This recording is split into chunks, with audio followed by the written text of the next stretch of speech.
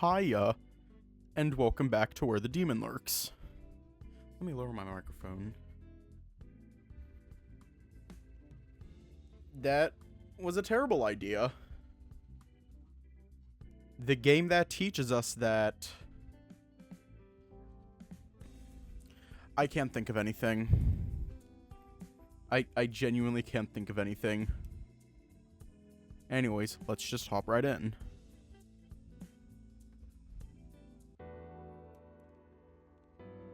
The table is pulled out again and the three of you sit around it to have drinks. This is one fine cup of joe. Thank you. My secret is a hint of chili powder. What's wrong, Kobu? Not a fan of coffee? I'm fine, thank you very much. I've just got to ask, how do you make a living if you give away your services like that? I get by. It's part of my customer service, anyhow. So if you know anyone else in need of some supernatural assistance, point them my way. I will, but I don't know if that many people still worry about ghosts. I don't know if that many people still worry about ghosts and the supernatural. I figured it's just me because of how my parents always do these rituals at home to ward off evil spirits. King looks to you. Even Kobu doesn't believe in ghosts. I do. I just don't believe so much in those who say they can get rid of them. You slowly turn to Morris, but he ignores you. Well, I've been running this business for years. You could say it's in my family's blood. A family of exorcists exists in this town? Nope, just me. The family isn't from here. I left them to search for something important. While I'm doing that, I figured I'd set up shop here and earn some cash while picking up information. Whoa! An exorcist in search of a valuable treasure. That's the perfect premise for an anime, but why here of all places? Morris drinks from his cup before answering. This town, contrary to how it looks, is teeming with ghosts and the unknown. Don't let people fool you. As ordinary as they may look, many like me mingle with these dark forces on a regular basis. Silence falls upon the room before Morris erupts into laughter. Relax, relax. That's why I'm around to help out with this kind of thing. King puts a hand to his chest and breathes a sigh of relief. Would you like a refill? Looks like you're done with your cup. Thanks, but no, I really should be heading back. He stands up and makes his way to the door. You and King follow behind. Oh, wait, let me pack you something for the road. Maybe some bread or chips? Thanks, man, but I'm good. Gotta watch the figure. He pats his protruding belly. King walks ahead and opens the door for him. Thank you again for all the help. My pleasure. Take care now. You too, Kobu. He waves to you and you wave back with a forced smile. Woo, what a night. I'll say. My face is still sore from the exorcism. Man, I don't have any energy left. Not even enough for a round of DD14 dailies? Heck no. Let's go dailies. Dibs on the healer roll.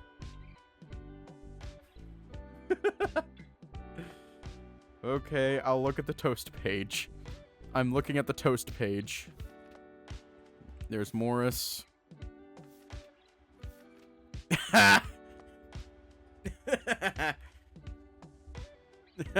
This ghost is dumb. We get it, Kobu's yours. A round of dailies turns into several hours of grinding for materials. By the time you both stop playing, it's already past midnight. King can no longer resist the night's tempting lullaby. His eyelids struggle to remain open. Every few seconds he dozes off, but is awakened not too long after by the pull of gravity on his head. You too start to feel like you could lie down for a while. Ready to call it a night? King's mouth opens wide and lets out a loud yawn. Yeah, I'm beat. Freshen up in bed. After you. You both enter the bathroom and share a sink to wash your faces and brush your teeth. After changing into your sleeping attire, you both head to King's room to sleep. As per usual, he had already set up the extra bed on the floor for you. The softness of the mattress feels so comfortable against your back. I miss this. I did say you could take it home if you wanted. King's mattress is on a bed frame, so he lies a foot above you. No, this is yours and it belongs here. I like knowing I can lie on this mattress whenever I'm here. King stays silent. You watch the ceiling, but all you can see is darkness. The whirring sound of King's air conditioner serenades your thoughts. So much has happened today, bumping into the angel, the ghost, and the exorcist again. You question if it was all just a coincidence. Clutching the fur on the left side of your chest, you remind yourself that despite your appearance, you are a demon. When did I start believing in coincidences? The first thing you were ever taught as a demon lord was to see the interconnected threads of fate that connected mortal lives. But I'm not immortal. Did you say something, Kobu? Oh, just thinking out loud. Penny for your thoughts? I thought you were sleepy. I am. My eyes are closed, but I think I can sleep faster if we just talk. I saw a thread online about a magical tree in some country that could grant wishes if you threw your wishes onto its branches. Oh, but how are you meant to throw a wish onto the tree? They write the wishes on a piece of paper or wood, then tied to a rock with a string. Or throwing it up high. They say a wish that reaches the tallest branches is the most likely to come true. Sounds more like they're vandalizing a tree. Still, can you imagine if you could have any wish granted? What would it be? Other than more wishes? I don't know. What about you? I'd wish that I had my own successful cafe. You raise an eyebrow, curious to know why your friend would want that. That way we can spend time exploring new recipes, and I'd have a place all my friends and family can visit and enjoy my food. So, you do want to cook? Maybe, if my parents let me. I'm too afraid to tell them that. I think you'd be a great chef. Thanks, and what about you? Figured out your wish? I wish I knew what I should wish for. Don't worry, you'll find out soon. Then maybe we can travel to that tree one day. I'd like that. You both remain quiet for a while. Hey, Kobu. Thanks for being there with me today. Anytime, buddy. Anytime. You close your eyes and slowly you drift off to sleep. Chapter 2, Freelancer. Wait, how many routes? Wait, what are the routes? In the Demon Lord's office, Vendrake sits behind his desk while swirling his coffee mug, which reads Number 1 Boss. Ew. Ew.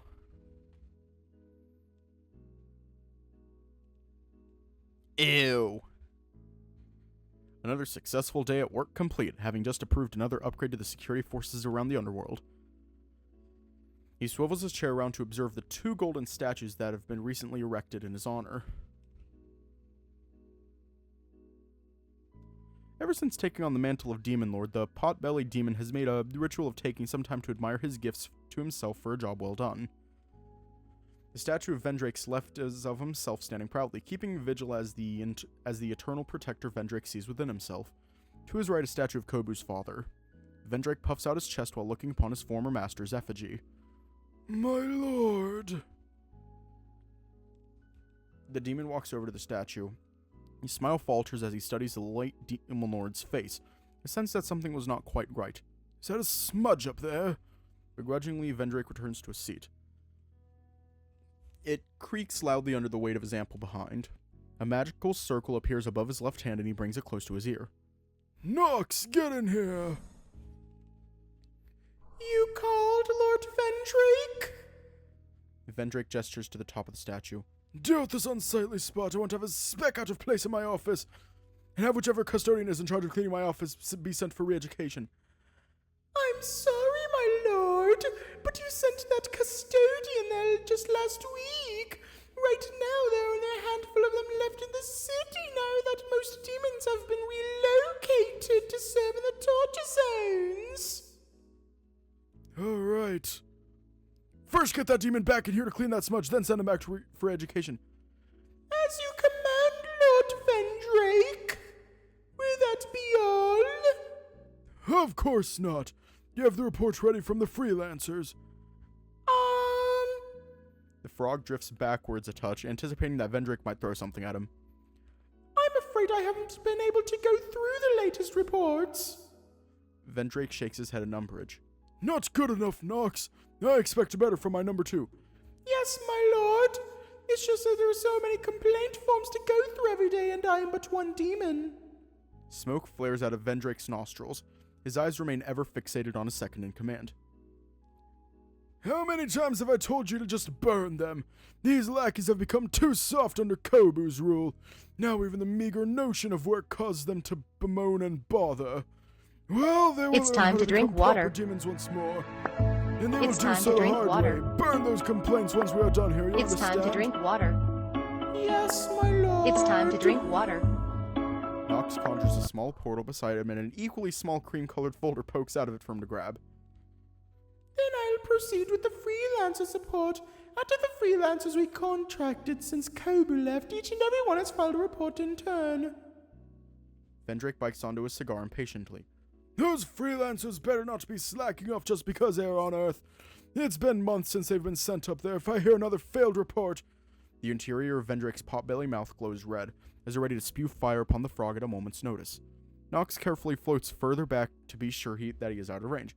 The demon flips through the file to find something, anything, to pacify the glowing flames building in the pit of Vendrake's stomach. smoldering into a brighter hue by the second. Oh, just hand it to me, I'll find it. Nox nods, chucking the file at Vendrake. It shoots through the air like a flying star. Vendrake catches it between his fingertips right before it hits his eye. Really? You couldn't just levitate it to me? I thought this was faster. How exactly am I supposed to read this? It's so small. Just expand the file using your fingers. Nox mimics a pinching and expanding motion with his fingertips. Like this? Vendrake enlarges the file far too much. The document expands, hitting Nox's floating hand. Caught off guard, Nox loses control of his platform. The hand whirls and reflexively launches the frog into the air. The frog twists into a somersault, but somehow manages to fall right back onto the hand. Shaken, Nox hugs the fingers for support. He holds his head as he waits for the dizziness to subside. Vendrake continues to pinch midair, the file lengthening and shrinking in turn as Nox is poked in the face repeatedly. I do not get this contraption at all. Never mind, let me do it. Nox pinches the overly long file and it shrinks down to a far more manageable size. With his amusement settled, Vendrake flips through the documents, searching for a particular section. He sits up right now, ears perked up as he leans in closer to the desk. The flames in his stomach die down for a bit. Lord Vendrake? Take a look. He passes the file back to Nox. Nox's eyes quickly scan through the document when a cold chill grips his heart. A sensation so alien to him that he just sits, stunned at the details of the report. He would ask what this feeling means, but Vendrake has banned him from asking questions unrelated to work. Reluctantly, he forces his emotions aside. They found someone matching his picture in one of the red zones. They're waiting for orders to attack. Vendrake's expression twists into a wrathful grimace. I knew that's where he would think of hiding, and you were against it when I suggested we send someone there. It's just... no demons are supposed to go to such places. We could not risk one of our employees' lives. This one in particular keeps narrowly escaping each red zone they were assigned to. And it would be glad to give its life in service to the Demon Lord. That is the duty of every demon, and they should want for naught else. If it wasn't for the 100-odd risk assessment documents just to get one freelancer out there, I would have sent more to the red zone. Just so you know. All the paperwork I had to do. What did you say? Nothing, Lord Vendrake! Order that freelancer to finish the job. I expect Kobu's head to be on my desk in 24 hours. As you wish, Lord Vendrake.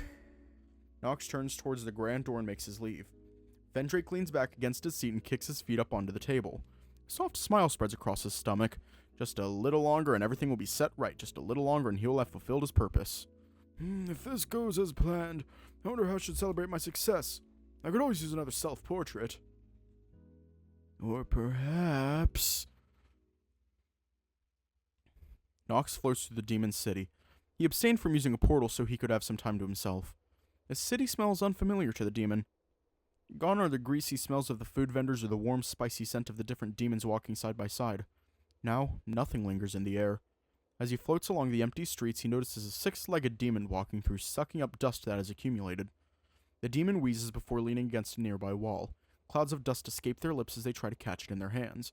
They gag at the sight of the dust, but reluctantly attempt to suck it up into their already engorged belly. Who knows how long it would take to clean up the whole city? He carries on while observing the empty shoes as he passes by. Most either empty within or boarded up. Empty shops! Why did I say shoes? Shops. Nox's mind wanders to the memories of how the city used to be bustling with demonic life. Before that, it used to just be a lush plain of endless meadows, a utopia of sorts that beckoned for inhabitants to populate it. Only the Demon Lord and their generals resided there then. That is, before they decided to open it up to all the other demons. And then development began as the many creatures of the dark created a place to respite for themselves. Change of pace from the unending maelstrom of anguish. Nox reminisced about how he would overlook the toil of the demons in the early days, recognizing the diverse architecture of the buildings that came from the mortal realm. It was amusing to him, and still continues to be food for thought for the amphibian. What significance is there in the architectural aesthetics of mortals? Do the demons perhaps envy the living for their mortality? Do they simply wish to mimic their ways to find an answer? Maybe they just did all of this for fun. As a general, he takes his role of caring for the demon underlings very seriously, but it is becoming harder to juggle all his roles. Vendrick has forced most businesses to close, especially if he deemed them unnecessary to the process of gathering soul energy. "We are trimming the fat for progress," was what Vendrick said. Ironically, the old man grew fatter while he tried to aggressively reduce redundancies within the company. Knox grows tired of the silence and reopens a report from the freelancer while floating on ahead. His eyes trace the letters on the page, deliberating if there are further meanings than what was written. A pang emanates from his stomach. It must be lunchtime. I wonder if that diner is open. The diner, a personal favorite location of the frog, is the only place that serves the triple cheese bugs and flies sandwich that he likes. He recalls Kobu's face when he offered the ex-demon lord half of his sandwich one time. Kobu struggled to hold back the contents of his stomach as he forced the sandwich down. Knox never understood why he did what he did back then. Huh? When he arrives at the diner, the owner, a short blue imp, is hanging up a sign. Closed until further notice. The crestfallen imp rests his head against the door before Knox decides to break the silence. You're closed? Oh, General Knox, I didn't notice you were there. The demon jumps and whirls back, flashing a smile at his superior. Were you summoned? Yeah, just got my papers today.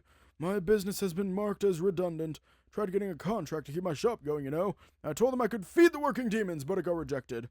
Reason was they already commissioned enough shops for that job. They picked Vendrick's 2 favorite eateries. Figures. It sucks ass, but don't tell him I said that. I won't.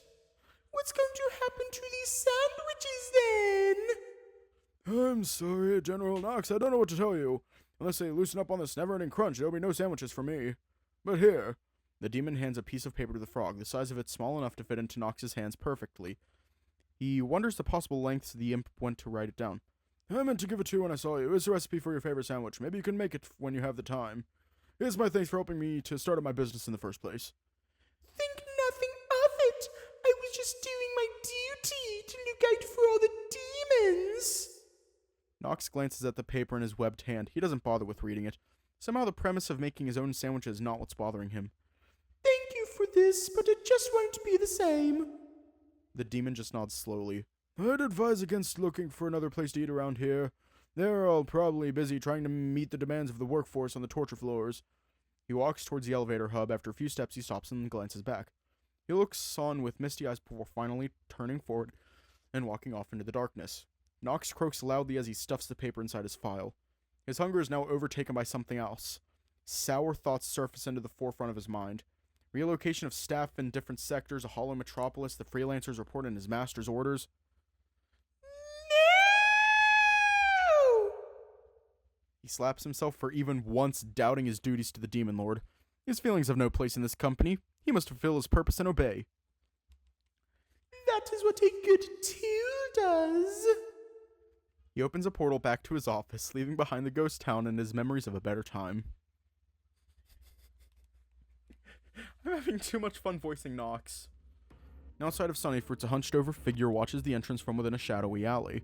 The sun has begun to set, and still the store remains closed. Time is running out. This body has days, maybe even a week left before it expires. The mere sight of the figure would send anyone running. Much like the demon's life in the underworld, it has pushed this mortal body to its limits. So many sleepless nights and near-death misses has led to this moment. It scratches the side of its neck and is obsessed by the sensation of singed fur against his fingertips. The demon can never get accustomed to feeling fur upon its body. It begins scratching feverishly all over now, raking against the flesh under the fur. Come on, how long does it take to open a blasted shop? It lies in wait for Kobu to show up with its weapon tucked within a pocket. The freelancer is itching to let it loose and return to the underworld. It dare not disobey Vendrake. As much as the creature detests its new employer, there are worse fates in being worked down to the bone. Just then he sees his target approaching from the other end of the road.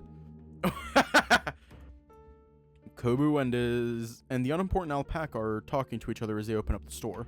The time has come. The freelancer clutches the weapon within his pocket and readies itself to stalk closer. He steps forward and accidentally slips on a stray rubber ducky. Oh, my back! Oh, my back! After setting down your bags in the back room, the two of you get to work preparing for the nighttime shift. The store lights flicker awake and the room turns cold as the AC is activated. You walk along the aisles and are relieved that the shelves are all restocked and are neatly arranged. Less work for you. Notice the broom and a mop left next to the employee backroom, ready for any additional cleaning. The broken camera has been replaced, but it lies asleep, unactivated.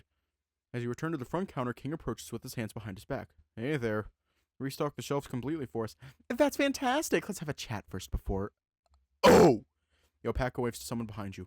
Glance over your shoulder to see a young woman looking to see if the store is open. She gives a thumbs up back to King and walks away. What's up? The AC ducts, of course. You roll your eyes at him. Okay, I want to take some time to talk about the training manual. Right, the manager training manual. Ta-da! He shows off a blue book with a bright yellow thumbs up sticker on the cover. King edition, of course. The HQ standard manual doesn't really apply to a small store like us. HQ is okay with this? Honey, they don't really care as long as we keep the cash flowing and we don't mess up the brand image. I can live with that. Also, a knock at the door pulls your attention towards it. There's a guy in a business suit peering through the glass door. He signals to ask if the store is open. King waves him away and the guy walks off. Right, where were we? Yeah. So as part of your training, you'll be taking on some new responsibilities. There's arranging the shifts with everyone, making sure there's enough stock in the store, making sure the day's earnings are banked into the company account each day, and training any new employees. You gulp. That sounds like a lot. Kind of, but you got the rest of us to help you out. In fact, Mike's been helping me with the money bag when I'm not on the morning shift. One more thing, and this is from HQ. You won't be receiving any extra income while you're undergoing training, but you're responsible for any mishaps or troubles with the store's regular business. I fucking hate it when they do that. The muscles in the back of your neck are tightening already. Really? Can't I just order the other staff to do these for me? Nope. He boops you on the nose, his usual tactic of showing disapproval at you. Now, sweetie, just read this and you'll be fine. I made it short and sweet, like a game guide. You take the book from the alpaca's hands. Despite being light as a feather, it weighs heavily within your hands. King pats you on the shoulder and smiles. Any questions before I leave you to open the shop? Can I still say no to this? Can you say no to my cooking? No. Then you've got my answer.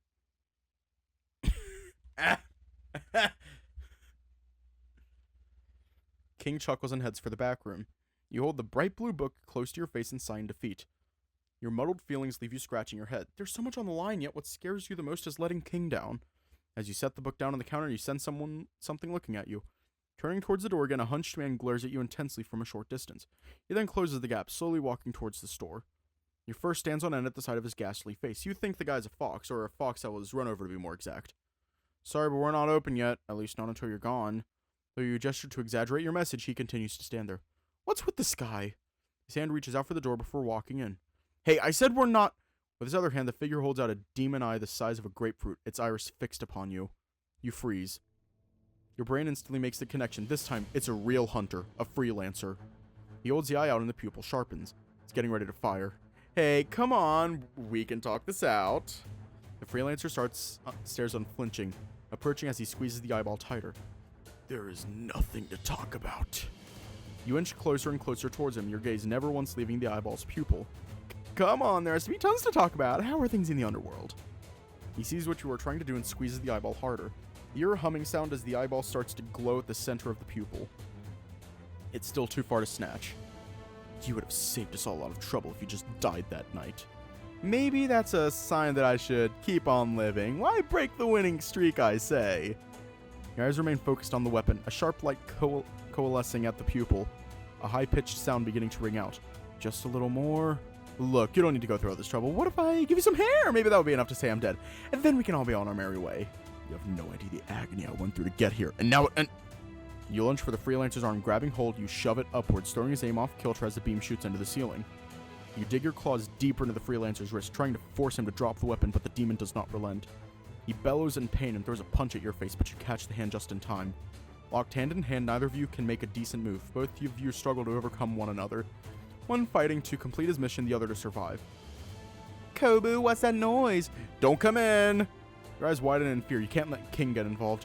He swings his leg backwards, landing a powerful blow against your stomach. You gasp as the wind is knocked out of you, but your grip does not loosen. You retaliate by kneeing the enemy repeatedly in the groin. They yell out loud and recklessly fire another beam that cuts across the floor. The both of you finally break free. You're forced to stumble backwards, arms flailing as you try to regain your balance. Freelancer twists his knees as he covers his family jewels. He raises the eyeball again as he looks up, but you've already made your move. Dashing towards him, you cover the extra distance with the broom you've managed to snatch, then smack the eyeball from his hands. 4.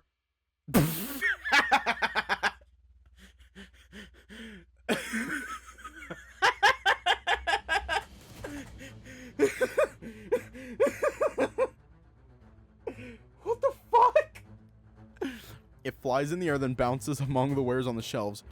You bring down the broom again on your foe's face and make a run for the weapon. Hear a loud hissing followed by a thud but choose not to look back. Ahead of you is the eyeball, nestled comfortably in between a row of chips. I need to destroy it, but how? Your thoughts are interrupted by the sound of loud footsteps above you.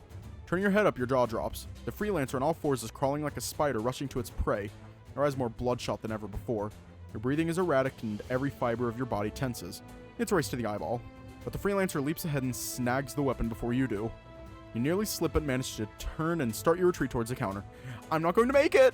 The sharp hum of the weapon fills your eardrums once more. This is it. This is the end! You close your eyes and hold your breath, your mind desperately hoping the beam will miss, when suddenly feel a powerful force push you away just as you step out of the aisle. As you fall to the side, you see King's wide-eyed expression, then the beam hits him in the side of his chest. King! You slide over to grab his fallen body and cradle him in your arms. King, say something! King squirms in your arms, panicking. The sound of the weapon rises in pitch again. You hold King close to yourself, shielding him from the approaching foe. His footsteps seem to echo loudly as he gets closer and closer to you. Clenching your eyes tightly, you scream in fear. Die! He squeezes the eyeball again, but nothing happens. Instead, the light coalesced around the pupil dissipates, and a buzzing sound goes off as an error message flashes. Warning, error code 69. The eye has been fired on a living mortal. Ejecting demon now. What? No, he's right there! I can't... Ejecting. Bright blue sparks fire out of the eye, shocking the freelancer's entire body. It screams and shudders in pain, the host's body collapsing to the ground. However, a red outline of a demon is left standing on top of it. The eye then turns to it and blasts it again with electricity before sending the demon falling beneath the earth. No! That entire ending was so lowercase. Drained of its power, the eyeball falls and rolls over to you, but you don't notice. I swear to God, if King dies, I swear to God.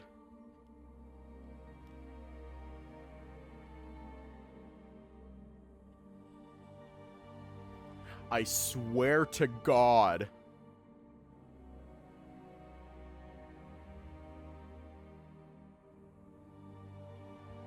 I will...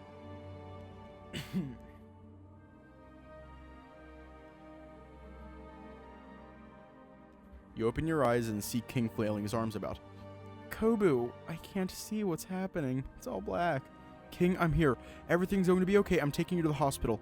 I can't, Kobu. I can't feel my legs. Looking over, you see King's legs slowly disintegrate into nothingness. No, King. That blast must have done something. We need to get help. The hospital. We've got to get there. You try to stand up, but your legs buckle under the immense pressure of fear overwhelming you. The weight of your feelings seemingly pull you back down to the ground. Kobu. King's soft voice calls out to you, but your mind is fixed on getting to the door. No, I can make it. Damn it, move, you stupid legs! Kobu! Your friend's loud cry forces you to look at him. You're on the verge of tears while he just looks at you with a weak smile. It's okay. No, it's not. None of this should have happened. It's all my fault. The disintegration envelops his chest and accelerates further. No, don't say that. I'm glad you're safe. In between ragged breaths, your voice breaks as you repeat his name. King. King. Make sure to eat your meals right, okay? Please tell my parents I loved them too. No, King. Please stay with me. It can't end like this. Kobu. I'll save you. Just hang on, King.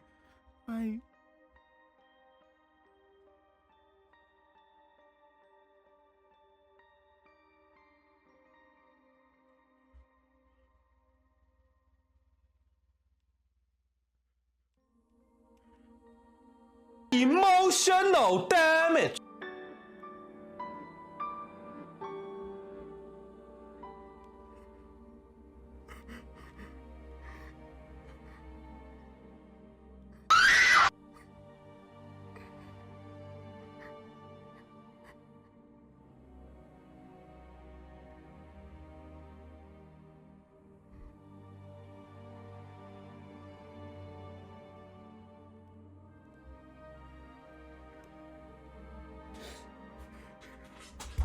Body has been discovered!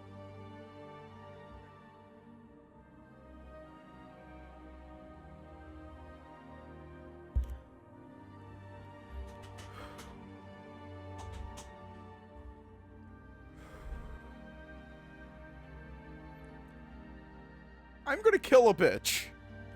His voice fades away with the rest of his body. King is no more. King, no, not like this.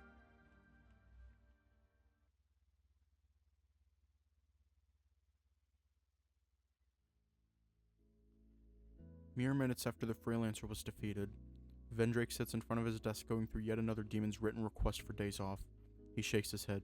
These demons just don't know the meaning of making sacrifices for their company. The sudden sound of someone screaming grabs Vendrake's attention. He looks upward to see a single red thread phasing through the ceiling. It gathers in the air, forming an outline, then a body with depth. Piece by piece, the demon's limbs reappear within the space of the outline and land on the floor with a sloppy thud. Ah! What in the world? Vendrake stands up from his seat and walks over to the demon. He looms menacingly over the smaller creature. Freelancer picks itself up. It comes eye to eye with Vendrake's angry-looking stomach, causing the demon to shriek and jump back. Lord Vendrake, my apologies. I was just about to assassinate Kobu when the weapon forced me back here. What, did you kill him or not? Why didn't you just finish him off with your bare hands? I nearly did, but the ice stopped me after I hit a mortal. Light crimson color boils up from Vendrake's neck all the way to his face. Enraged, Vendrake's belly flares up. The stomach mouth fires a stream of fire that narrowly misses the demon's head and blasts off the office door. Get in here, you three! 3 portals open and the generals step forth, forming an arc around the raging Vendrake. Amari enters with his arms crossed. To his side is Fortis, who stands at attention. Nox is the only one from them. He's the only one across from them, a blank expression plastered on his face. Amari! He points at the cat accusingly. The cat demon simply tosses his nose in the air, barely making any eye contact with his superior. What? Care to explain why the weapon you made for the freelancer sent him back here before he could finish the deed? Amari rolls his eyes. Obviously because he triggered the failsafe mechanism. I got the alert just now. That dingbat shot a mortal. Look, he's in here. One of the cat demon's floating hands conjures out a vinyl disc with King's face in the middle. It even has a title written on it, King of the Store. Vendrake crosses his arms in a huff. I don't recall instructing you to put such a function in the weapon. I wonder if you had intentionally tinkered with the weapon to fail on purpose. Vendrake's belly glows red again, ready to spit fire at the cat. Amari scoffs. I would never intentionally make a tool that never works. Just because you didn't have the foresight to see your goons messing up doesn't mean I would allow it. Last I checked, it was against the rules to end mortal lives. Vendrake's eyes narrow and the belly of his mouth closes.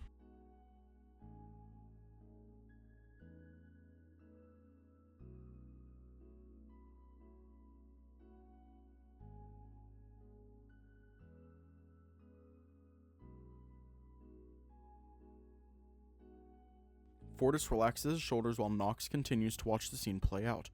Though silent in the frog's head, dozens of questions are left unspoken. What is the meaning of the words upon the vinyl disc? Why did Amari pick a vinyl to put a living being inside to begin with? If I put the vinyl under my finger, would music come out of my mouth? Vendrake turns his attention back to the trembling freelancer. So, freelancer, it's on you now. Now let's just get the paperwork and explain directly how it is that you failed. And if I'm not satisfied, you will grace the greatest torture a demon could ever suffer within the underworld in a disciplinary meeting held in the next 100 days with Ellen from HR. Oh! No! Not Ellen! Then your employee card will be forever stained with a red mark. No more opportunities to advance in the company. Reduced day off applications. No more free coffee privileges. You already cut coffee privileges a month back. And worst of all, no more healthcare subsidies. No, not that. Anything but that. I swear I would have done my job right if the alpaca didn't push Kobu out of my way. Please don't take my health care plan. I can't afford the Fang checkup cost on my own. He pushed Kobu out of the way. Interesting. Very well, I will overlook this mistake, freelancer. Know that your ruler is a sympathetic one. Now back to the torture floor with you! Vendrake mercifully summons a portal behind the demon. The lower creature pathetically cries and bows while stepping backwards into the portal.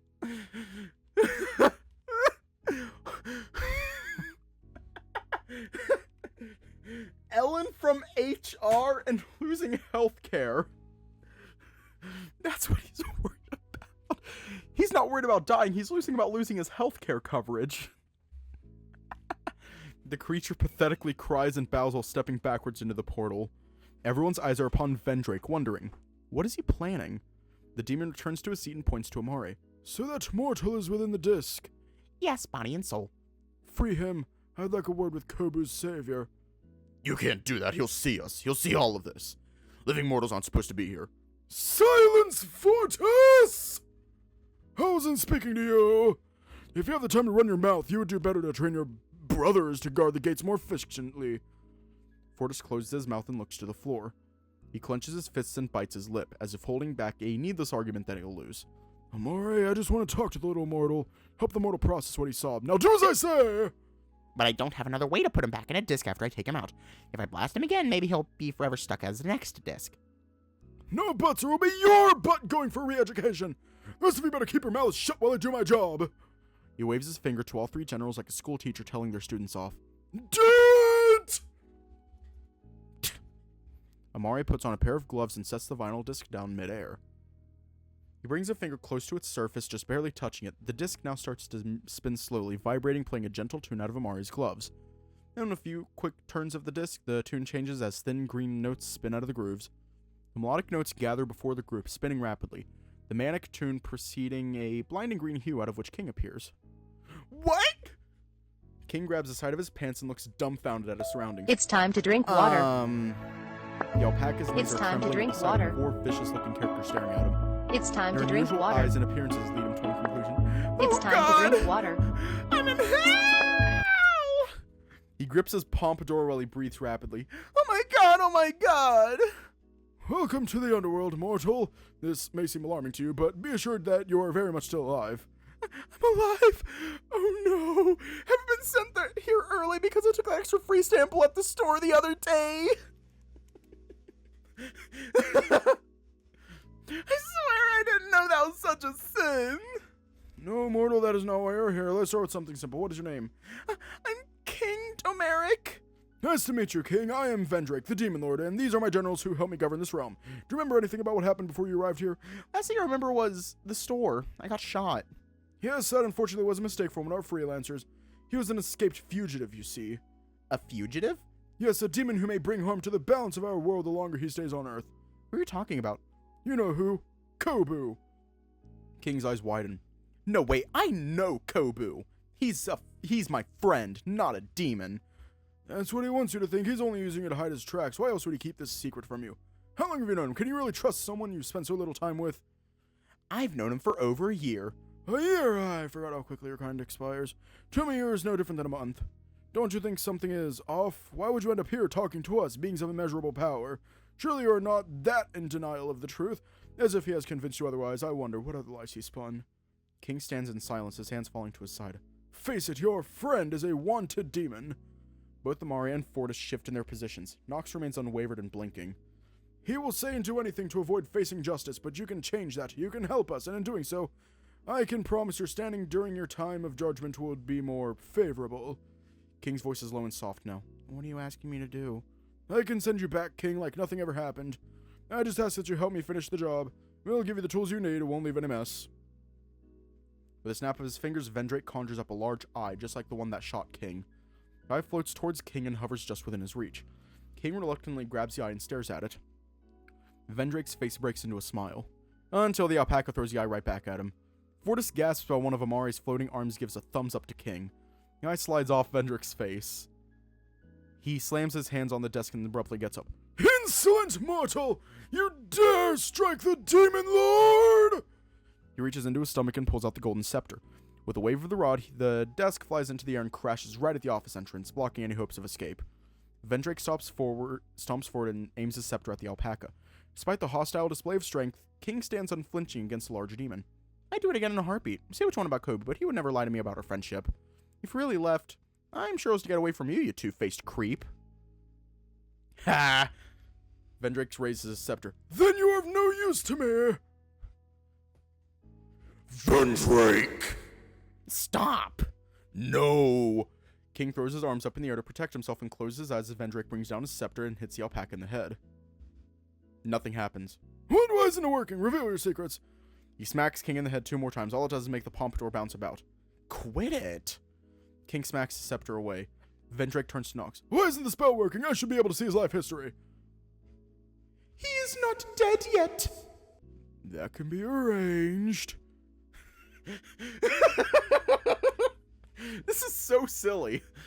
Vendrake menacingly steps closer to King, who in return retreats slowly, never taking his eyes off the demon. This is enough, Lord Vendrake.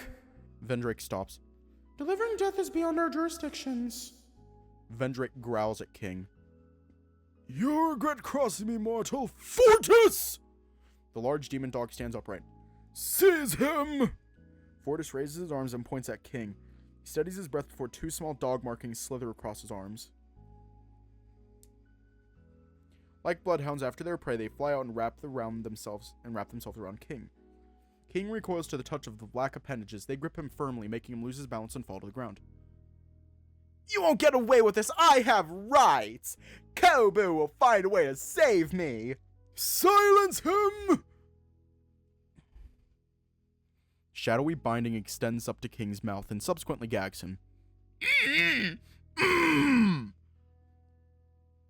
Do you want me to send him back to Earth? Yes, but not now. Our laws state that he has to go back, but nothing is written about when that happens. What are you planning, Vendrake? Vendrake points at King once more. So you really believe he will come and save you? Well, dear boy, let's see him try. If he lives long enough to even do so. Vendrake walks back to his seat and summons the desk to its original place. Lock the mortal up somewhere for to see that he's taken care of until Kobu is dealt with. Where exactly do you think I'm supposed to put him? We didn't build dungeons for keeping living mortals. Just stuff him in the pantry for all I care. Figure it out. Fortis scowls but remains silent.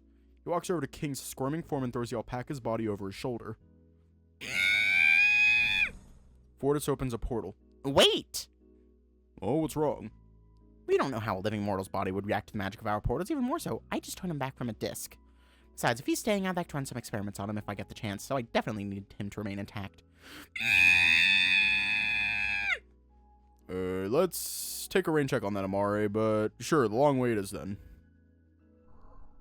Fortis walks out of the office with King hanging from his shoulder. So are we done here? For now. Amare and Nox both open their portals and leave.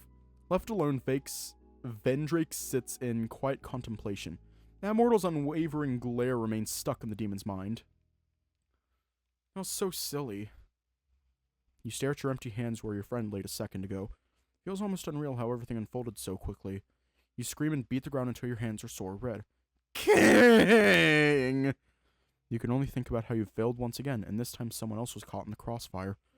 Your breathing is shaky. With the amount of air you're quickly pulling into your lungs, you would have thought they failed you. Your vision is blurry, thankfully not from the lack of air, but from the tears that have been welling up. Your mind freezes, trying to process an impossible challenge, until you hear it, a weak groan. Turning your head slowly, you see that it's coming from the person who shot King. A miracle, your breathing is under control now. Your mind begins to focus. You feel the urge to wrap your hands around that bastard's throat, you need answers. You seize him by the collar of his shirt and pull his face closer to yours. You!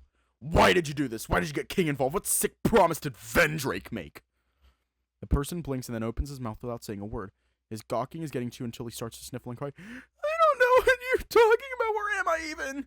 You killed my friend. Why did you make a contract to be a freelancer? Kill? I don't know anything about that. Did it go if I wanted to prove to my friends that the ritual was fake? Rise to your feet and drag the pathetic person out the door before throwing him onto the street. If I ever see you in this town again, I'll send you to the underworld myself. The person screams as he crashes into the pavement before running away.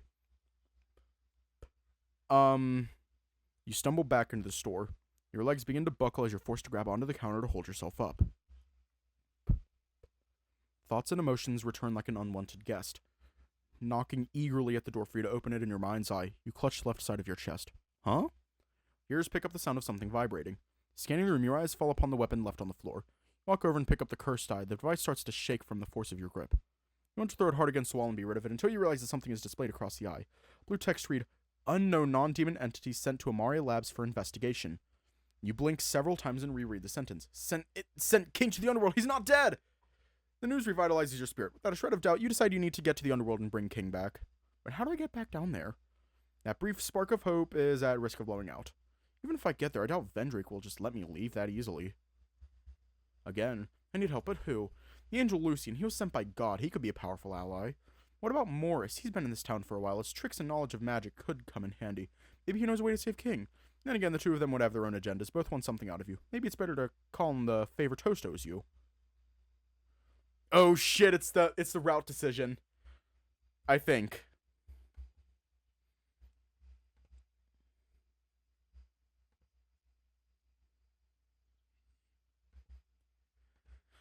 You already know what one I want to do. You already know what one I want to do. And we're going to do that one. You already know the one that I want to do. And we're going to do that one first. We'll do toast next, cats. We'll do toast next.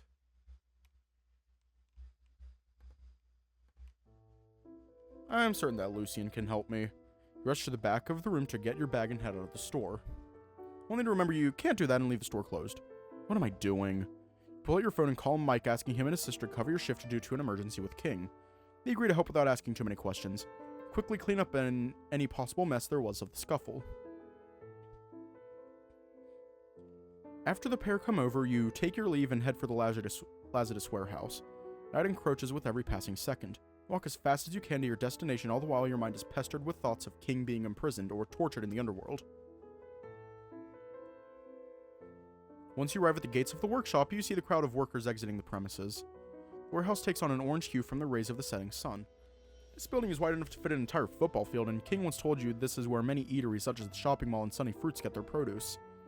In the sea of blue-collar workers, you spot Lucian waiting at the other end of the gate, looking at his feet. Wait for the crowd to thin before approaching him. Lucian. The dog turns to you and smiles. Kobu, you came. Finally, I've been waiting for so long. People started throwing coins at my feet. Ready to return and settle in back at your old job? Right about that. Listen, can we find somewhere more private first? Notices a serious look in your eyes and stands upright. Alright, come with me. He leads you around the compound's exterior to an alley filled with shipping trucks lined up back to back. After making sure no one is around, the angel leans against the back of one of the nearby vehicles. You uneasily focus on his feet rather than meet his gaze. Why do I get the feeling this isn't about going back to the underworld? There was an attack at the store. The angel raises an eyebrow. What? A freelancer came and it shot King. A freelancer? Yes, those demons that make contracts with mortals so they can use their bodies to roam the earth. One of them came, and now I think King's trapped in the underworld. How do you know this? You pull out the eye from your bag and hand it to Lucian. Gives it a spin and even a quick shake. The eye somehow looks bemused by the ordeal. Indeed, if this is to be believed, whatever it shot got sent back to some laboratory. He tosses the eye back to you and you store it snugly within your bag. That's why I need you to help me get to the underworld and save him. I don't know what's going to happen to him while he's down there. I don't see what there is to worry about. Don't all mortals end up there eventually? Not like this. Also, how dare you? We demons swore to minimize interference with mortal lives. And that especially means not killing them. There. If he isn't supposed to be in the underworld, then Vendrake has to return him. He wouldn't. Not without checking what King knows about me. If Vendrake finds out, he would never let him go. You clench your fists tightly. All this fuss over a single soul. Why does this mortal mean that much to you? Unless... See the shadow of the angel moving closer. Looking up, the angel smirks. Unless... Do you have feelings for him? This isn't funny. You're right. It's an unnecessary mortal emotion. The whole idea of a demon in love with a mortal is a fairy tale.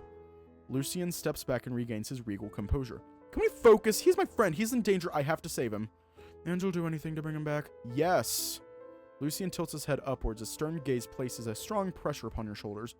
No matter how hard you try, the feeling doesn't go away. He has you right where he wants you. Then I'll help you. If you return to the underworld and take your place back as the demon lord. As he speaks those words, the cold look in his deep blue eyes gives you goosebumps. And that means an eternity back in the underworld, stuck behind your lonely desk staring at paperwork. When you had Vendrake's aid, you were messing up over and over again. If you were to face it alone, would you single-handedly bring the underworld to its knees? Worst of all, could you live doing something that you feel no love for any longer? Your lips tremble at the thought of going back. Silently, you slip your hands behind you. Okay, I'll go back if you help me save King. Lucian's tail wags happily. Perfect! I can't wait to report back to Gary. He'll be so ecstatic. Maybe he might even consider me for Good Boy of the Year! You simply look at him without saying a word. He remains unaware that you have your fingers crossed behind your back. Where do we go from here? To your home. What but King? We are in no shape to be doing anything else for now. No way, we don't have time. We need to... Lucian flicks a finger on your forehead and you fall onto your back. king isn't going anywhere, and you know it. Now let's go back to your place so you can rest. There's much to do before we can even reach the underworld, and I need you in one piece to do so. You have nothing to say. Getting up feels like a monumental task now. Maybe he is right, not that you would admit it to him. He extends a hand out to you to help you up. Fine, but you're sleeping on the sofa. I don't mind, as long as I can finally take a warm shower. You're way too relaxed about all of this.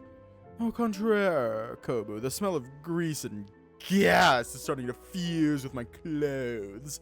It's become so unbearable to me. Becoming of me. Really? Your clothes? Well, forgive me, but us angels have more sensitive noses than others. He bends close to sniff you and quickly pulls back. His face is as pale as a sheet. You lift your right arm and smell yourself. What's his deal? Walking back to the warehouse entrance, you manage to hail a cab to take you both back home. That was so silly. Hey. Your familiar voice somewhere out of reach. King. Hey. The voice comes in like a crashing tide before receding away from the edge of your consciousness.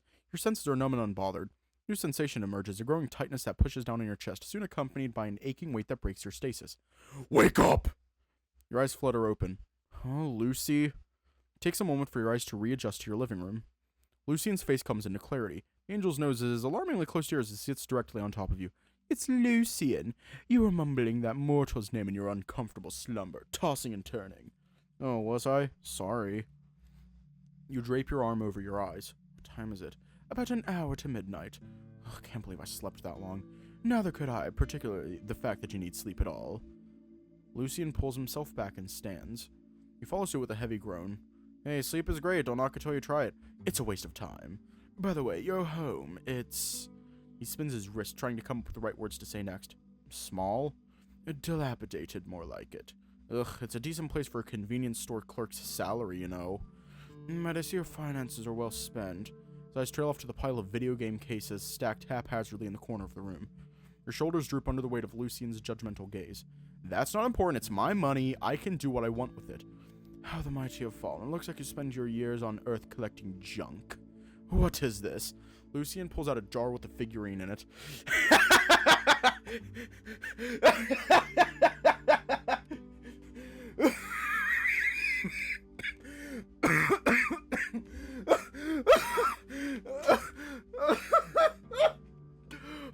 Oh my god! Oh my god! Oh my god! Oh my god! Always watching.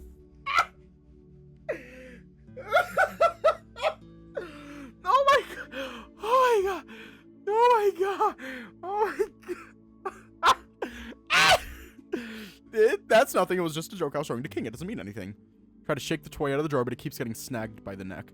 Yours to smash the thing on the floor is palpable, but just as you look about the room for a place to chuck it, you catch the angel shaking its head. Defeated, you bury the jar underneath a beanbag topped with a pile of unwashed work clothes. Well, Kobu, since you're fine, I'll return to my guard duties. Guard duties? What's up with that? You didn't expect me to just sit around while you slept, did you? I've been using my powers to set up protective charms around the apartment. Oh, thanks, man. Sounds like an exhausting job. Puff, your dozen charms is nothing for an angel of my caliber. He says that, but upon looking closer, you notice his entire torso is drenched in sweat. He isn't fooling anyone. Hey, it's like, why don't I cook us something to eat before you go on watch duty? Eating is for mortals. You know we don't need it. Hang on a minute. Aren't you borrowing someone's body? No, this is my own. And you haven't been eating or drinking since you got here? Nobody ever questioned that? It's not like I stopped to talk to the locals. I was too busy searching for you. And now that you found me, you'll stick out like a sore thumb if people see you avoiding food like the plague. Lucian throws his nose up in the air. Preposterous! I'm God's best angel! I don't need to put up an act, and I most certainly don't need food. Hey, who's the demon lord here? Gah. Fine. When Gary asks you, I'd better give me a glowing appraisal for being so receptive to your needs. You shake your head. Just sit right there, I'll get us something. Sauntering over to the kitchen, you let out a long yawn. The sleep was not enough to refresh you completely. You peruse the cabinets, contemplating what to make. Something instant would be easy. Your hand reaches for the cupboard and you pull out a little silver kettle and a cup of instant noodles, miso flavored. The gentle bubbling noise of boiling water dulls your senses. After all that's happened, the normalcy of cooking offers you a brief respite. A few minutes later, you walk out of the kitchen, a piping hot cup in hand. Motion to join you in sitting on the floor. Here, eat this. Reaches to take the spork and cup from you. What's this? It's instant noodles. Considering I haven't eaten anything before, I picked out something mild for you. Miso flavor. Raises the cup and sniffs around the rim. I smell seaweed, some spring onion, and something else I can't put my finger on. Oh, quit smelling it and eat. The noodles are gonna get soggy. This still feels ridiculous to do. One of the best ways to blend in with everyone here, plus it'll keep your energy up. Not sure how it works for our kind, but it's fun and feels good. Lucian takes a deep breath and his shoulders fall. Fine, but if I get sick from this, it's on you. Dipping the spork into the hot cub, he pulls out a healthy amount of noodles and slurps them down. Lucian's eyes seem to widen and shine. His disinterested expression nearly breaks into a smile until he catches you looking at him. He swallows. You said this was miso. Yeah, pretty tasty, right? Lucian avoids your gaze while silently taking a sip of the broth. I guess the mortals have made some more amusing discoveries since they first found fire. And that's the cheap stuff. Wait till you try something from a real cafe. Lucian continues to eat the noodles in silence, but his tail would wag every so often against the floor, producing short but quick audible tapping noises. Your heart feels lighter, but at the same time your eyelids are struggling to stay open. Where's your food? Oh, I didn't realize I ran out of cup noodles. It's okay, I'm not that hungry. A white lie. There are more in your cupboard, but you don't need Lucian to worry more about your loss of appetite. He holds out his cup of noodles to you. Eat. But I made that for you! You need this more than me. Eat. You said so yourself. This thing helps to keep energy up. The angel's sudden gesture surprises you. Thanks. You take the cup of noodles from him and take a bite. At first, it's a struggle to swallow the food. The mood just isn't there, but you push through. Slowly, the taste of miso fills your mouth. The warmth of the invigorating soup gives you new life as it flows down to your stomach. You continue to eat, the soft sound of Lucian's tail flapping, accentuating your meal. A few minutes pass. And we're going to stop it for the ad. Want to break from the ads?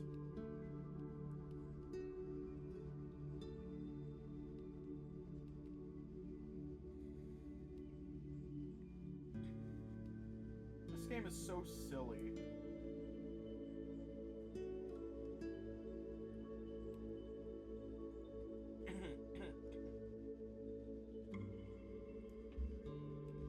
And they get married. I needed that. Alright, I'm going to head out and keep watch. You just rest up. Come morning, I'll let you know what we need to do. Okay. Thanks, I'll just lie here for a bit before going to bed again. Lucian stands up and leaves you to your thoughts. We're gonna leave off here tonight. I know we just got back from the ad break, but I gotta stop.